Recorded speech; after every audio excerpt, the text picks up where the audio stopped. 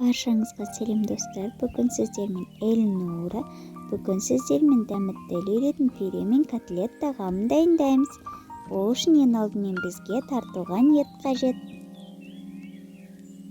Бұдан кейін картоп қажет. Картопымызды дәл видеодағыдай кесіп дайындап аламыз.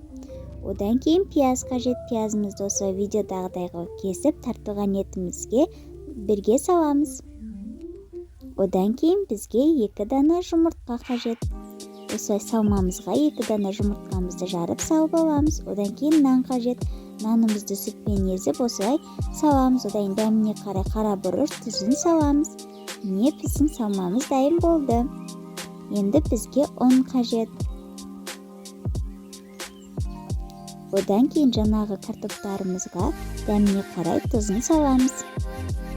Одан кейін кішкене су құямыз.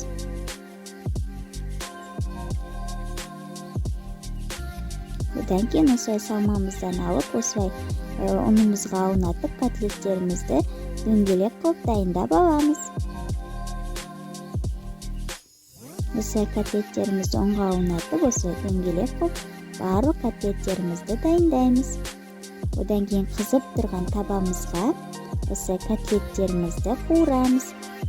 Екі жағынан осылай аударып, жақсылап қуырып аламыз.